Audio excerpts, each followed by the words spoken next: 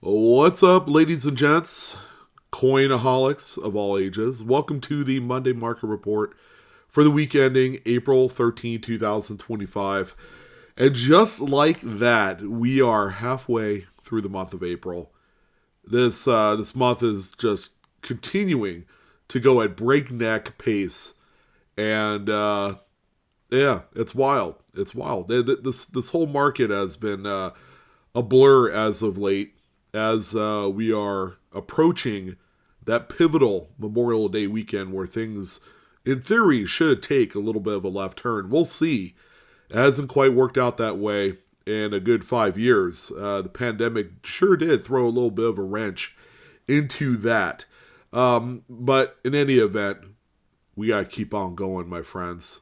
These are the most relevant modern post 1900 era graded coins to have sold here in the last 7 days, all coming courtesy of greatcollections.com, one of the biggest, brightest auction platforms today.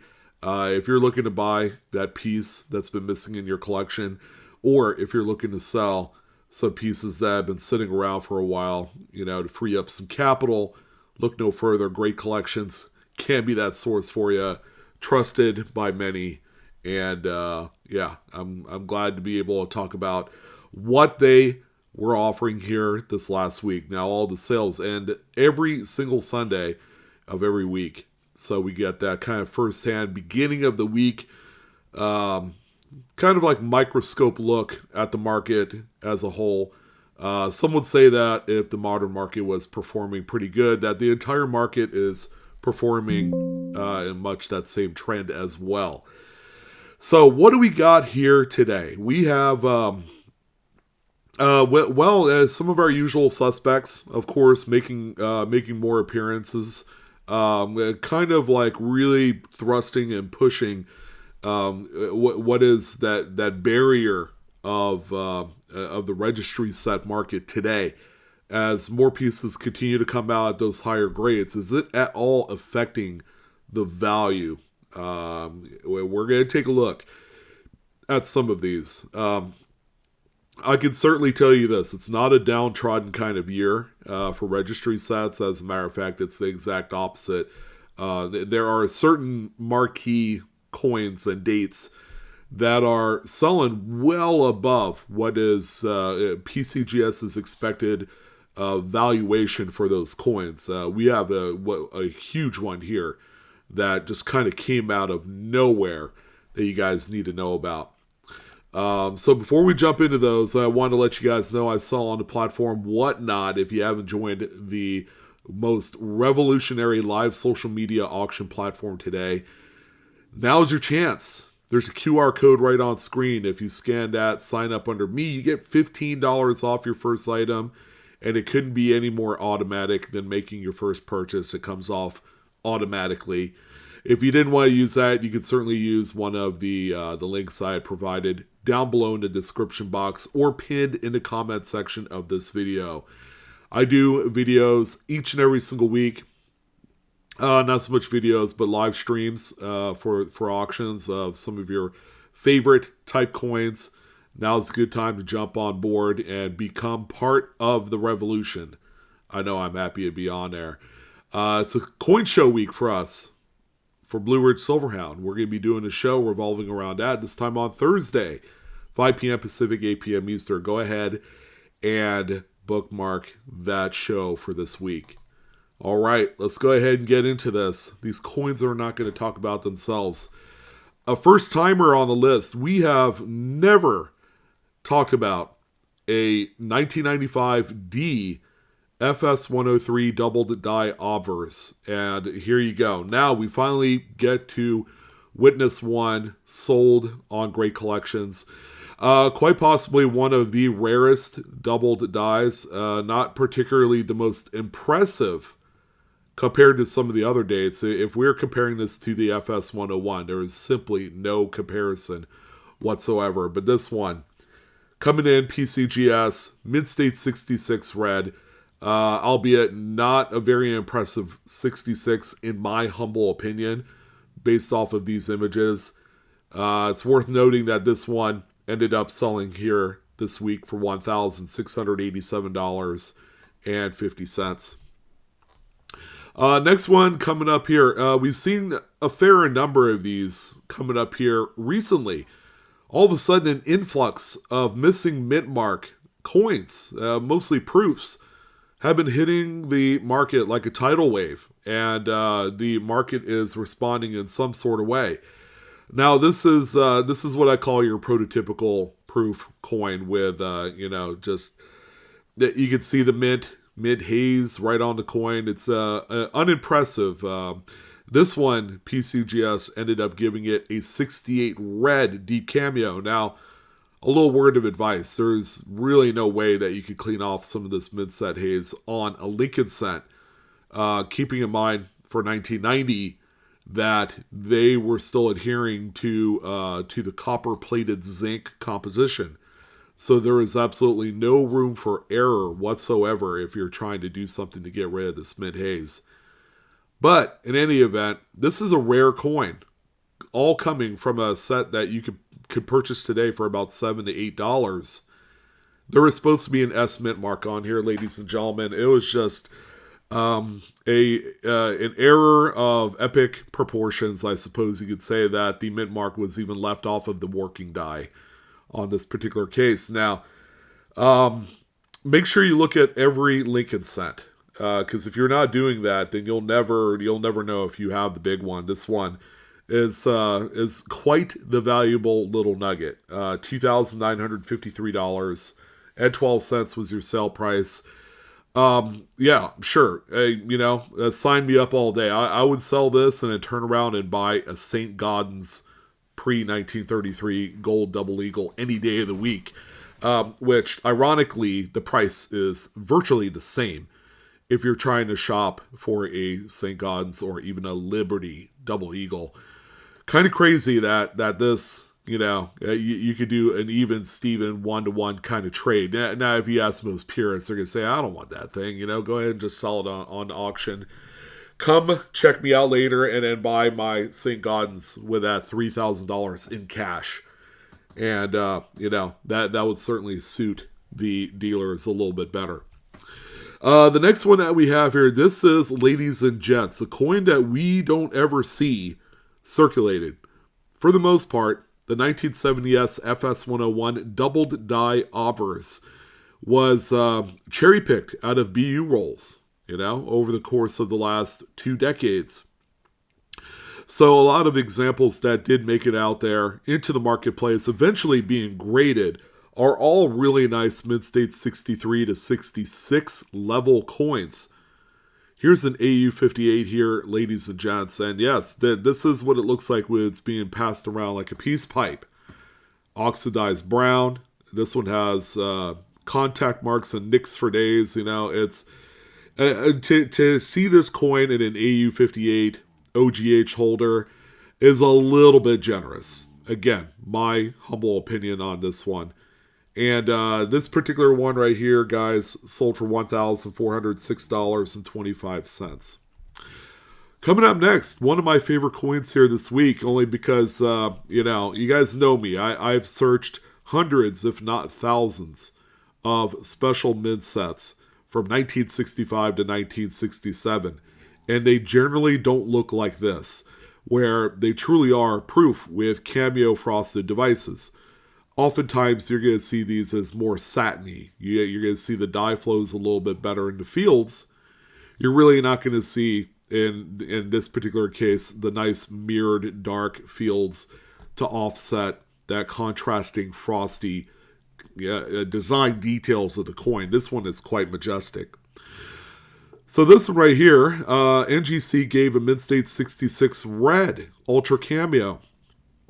Now, PCGS, I believe, grades these as SP and not mid-state. So, yeah, kind of interesting, the designation that NGC is using for a special strike. It is still a special strike. It is not a business strike coin.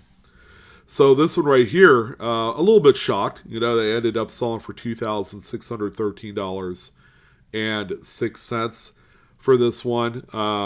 There are some examples that grade out a little bit higher like 67 red is another grade that we see on some of these special mid set coins. So, yeah, the market quite strong, even on the lower tier or secondary tier coins like this. 45S, what else can we say here? This is just a it's a very common date by all accounts. Hundreds of millions of this particular date was produced at the time. However, when are you going to see a Mid-State 68 red? Obviously, this is 100% registry set here. I've told a lot of people that we would never invest in something like this, but if you had the deep pockets and the wherewithal to tackle a very, very competitive Lincoln Cent registry, this one is going to be a necessity. It's not even close to being the top tier coin in a registry of this caliber.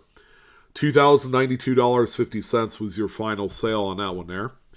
We got to love ourselves some steel cents. Of course, probably a top 25 coin, bar none, in my Rolodex of coins that you must own from the last 100 years because of its backstory. Comes during a time where the U.S. government was really paying attention to their hardened resources. Where's their copper going? What is their steel being allocated towards? And there are times where they are running low on a certain type of resource, and then they have to kind of like switch gears, which they did with this coin. Zinc-coated steel. Such a beautiful piece. NGC gave this one a 68 plus. I ain't hating on that. That is a really nice piece. $5,250.38. I would say the only thing missing is a CAC green sticker. I'm sure Ian and the powers that be at Great Collections did attempt a CAC sticker on this one. And, the grade is just going to be the big focal point. No CAC green sticker on this one. 1933D, one of my favorite dates. I've talked about it before. The type style used in the date, especially the number 3, just cannot be ignored. Mid-State 67 red is a pretty good grade on this one. It's not the finest grade, of course, but if you need one to kind of fill in the slot of that registry, there are worse examples you could get. $1,981.12 for that example there. And the final 1 cent denom, 1915S. We had a little bit of a nice variety of Lincoln cents this week. Nothing, no one coin does particularly splashy by all accounts. But one look at this coin, it'll make your heart melt. Just a fantastic, wonderful type coin example. I would say for a lot of the heavy-hitting registries, it's not a worthy piece, but to a lot of us out there that want a much tougher date, anything pre-1915 with a D or S mint mark, is going to set you back a little bit of cash. This one coming in as a 65 red brown. Finally saw a coin with CAC certification on there. $2,027.25 was your sale price for that guy there. Now, one lone Jefferson nickel, a far departure from last week where the nickel slot of our Monday market report was dominated by Jefferson nickels. I'll have to do a future video on Jefferson nickels and the overall market. Again, another downtrodden week in Jefferson nickels is more the case than the exception. And it has nothing to do with the fact that the market on these has been tanking or, people are less favorable on the coins these days. It's really a conversation of supply and demand. And it is, if you were going to strip away all the conversation about the coin or the lack thereof, it is actually an incredibly popular registry set. And, for the longest time, from about 2005 all the way about to, I'd say 2015, there were a lot of big time coins that were in the marketplace. What I do know and what I can tell you is that people who are heavily dedicated into a registry set of Jefferson Nickels, they're not looking to sell anytime soon. Whereas we've seen Lincoln Cent registry sets being pieced apart because, of someone just exiting the program. We're just not seeing that on Nickels. Again, I think we'll probably do some sort of video highlighting this particular market so that way you guys understand why. Why is Blue Ridge only talking about 1 or 2 Jefferson Nickels a week? It should really be up there along with like Washington Quarters. Nothing will ever top Lincoln Cents, but we've had a few of those weeks a long time ago. We could look back 10 years ago where Nickels had far dominated Lincoln Cents on certain occasions. We just haven't seen that in forever. So we have this 1953D. NGC grabbed a hold of this one to a mid-state 67 with 5 full steps. And I'm just going to go on a limb and, kind of like be the devil's advocate here and say, yeah, sure, it looks like 5 full steps. It's a very kind of questionable type of grade on this one. Because these pictures certainly don't plead the case at all. But it is sitting in a coin with a printed and typed label showing 5 full steps. So, we're just going to have to play in this kind of like area of the field where, that it is just going to be. So what'd we end up on this one? $1,243.12. Unfortunately, that is all I have for you. It's not a particularly dashing entry into the Jefferson Nickel section of the Monday Market Report, but it will have to do. However, Buffaloes, again, really showing the staying power here. The good part is there's no particular strike designation that the hobby community and market at large has to hang their hat on. There's no full head, full steps, full bands, none of that stuff. We're just talking about grade here. 38D over S, one of my favorite varieties, and one that even to this day is very cherry pickable in brilliant uncirculated raw condition. I have found many over the years, and most recently I had found one about 2 months ago that is sitting in my collection. It was a nice little respite from looking for Lincoln Cents and Jefferson Nickels and all that. 38D over S, and this one has the color and the chops to match. Very attractive coin. Mid-State 67 plus was the scoring on this one by PCGS, and I'm happy to say that this one brought in $1,462.50.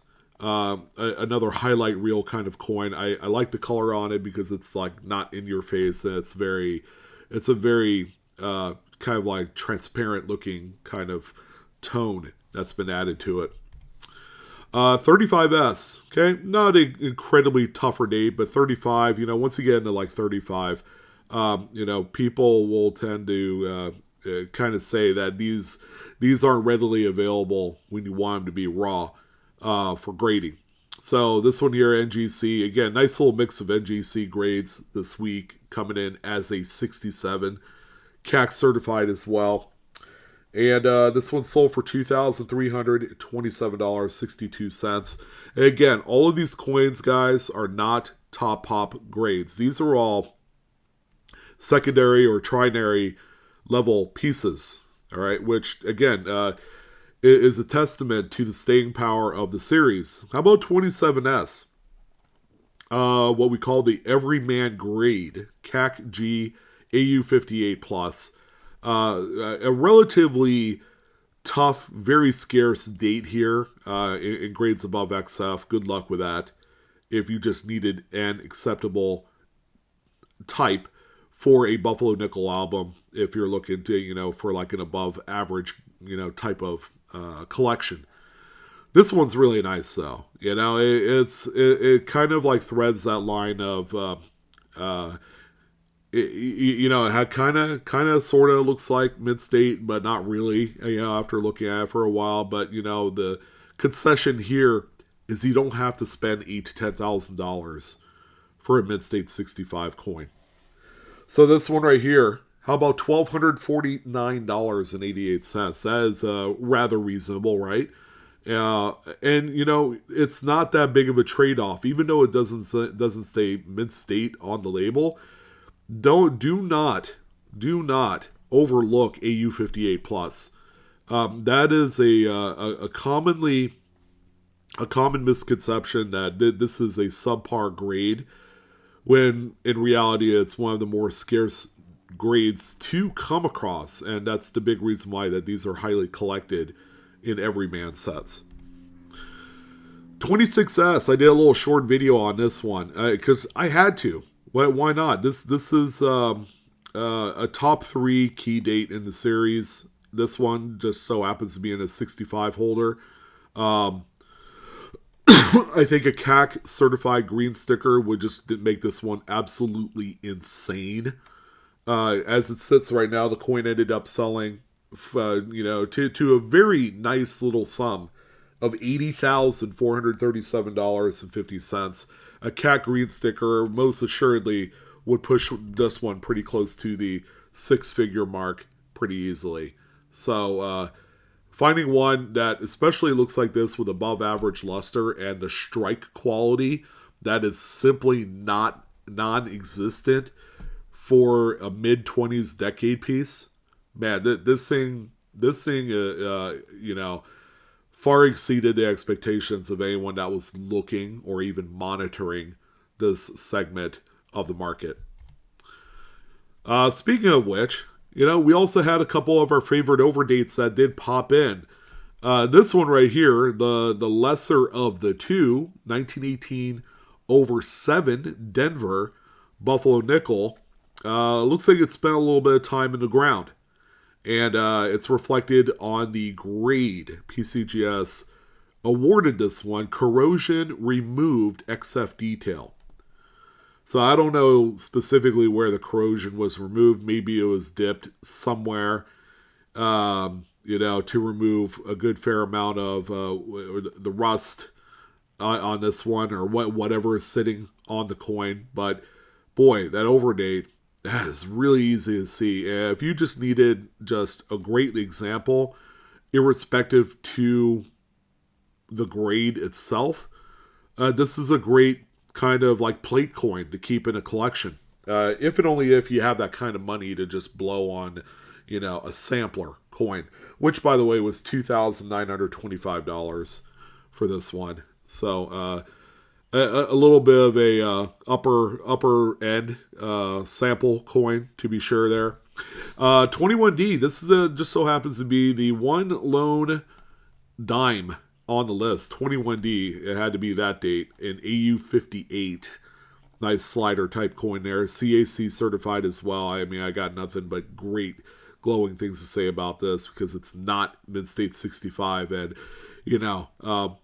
the collective wallets out there is praising for joy at the sight of this one. Selling, by the way, for $2,925. Ironically, you could have had your pick between this and the overdate Buffalo Nickel for the exact same amount of money. All right, now we're on to quarters. It doesn't end there, because the last couple coins will just eat your hearts out. 1952D, obviously this one's here because of that high grade and the color. Mid-State 67 Plus was the grade level on this one, and it ended up selling for $2,318.62.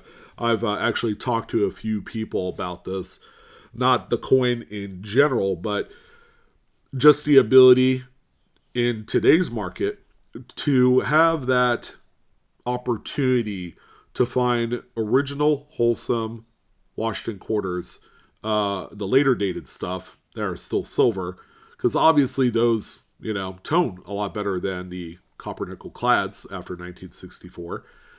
And, you find any with any sort of given color like this, clean planchet, minimal nicks, and, it should be an auto grade every single time, I even said in 1963 and 64, I would send those out if they had appealing color. If they didn't have appealing color, I wouldn't do anything with it, obviously.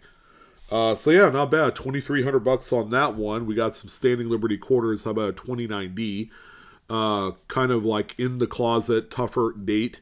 29S is more common and more readily available, especially in 65 full head. This is a beauty. Really nice original. It's got the skin on there, and this thing's never been dipped, I would imagine. It just has that all original look from yesteryear. $4,338.63 was your sale price on that one there. All right, coming up next, we got a few more here. Actually, a very good week with Standing Liberty quarters. How about 27D? Man, this thing's cool. It's a coin that I've personally owned a few times, and strangely enough, it has what I feel like a different design mint mark on there compared to any other Denver coin. Like that 29D we just looked at, that mint mark looks nothing like this one. So a different punch was used here.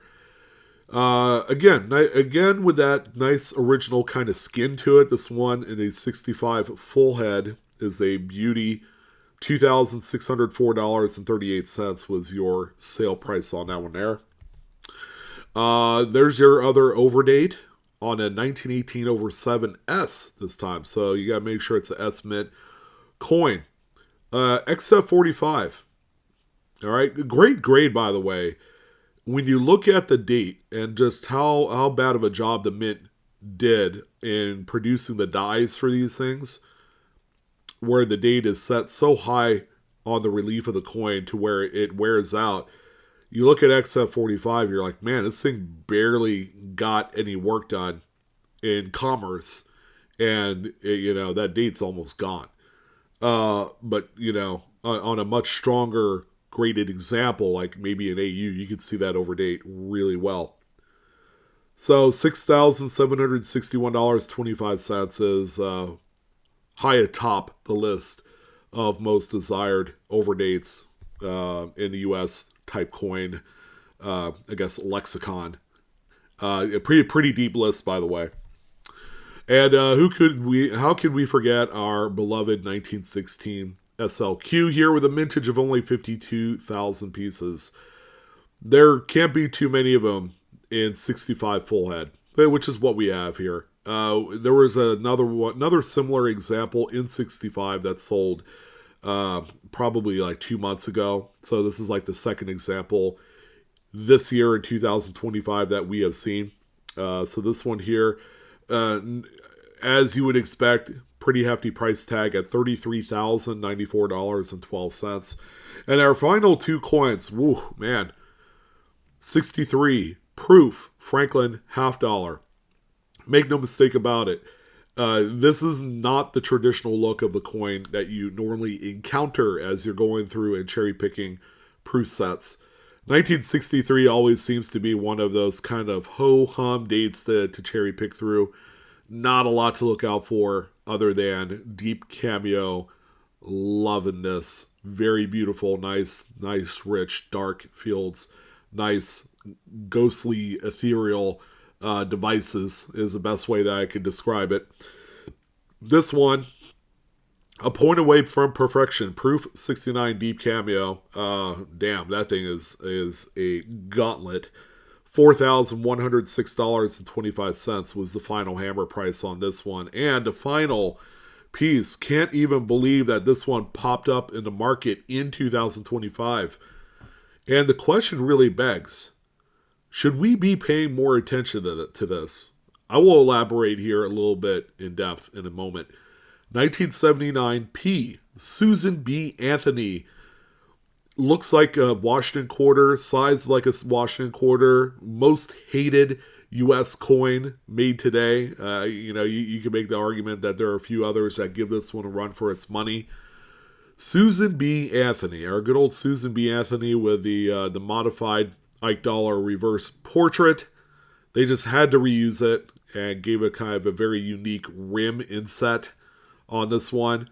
Mid-State 67 plus, and yes, you did read that right. This is the wide rim variety FS301. It's the, I would say, probably the top variety in the series, short of the Type 2 1981S, or possibly the Type 1 1979S as well. the blob versus clear mid-mark conversation.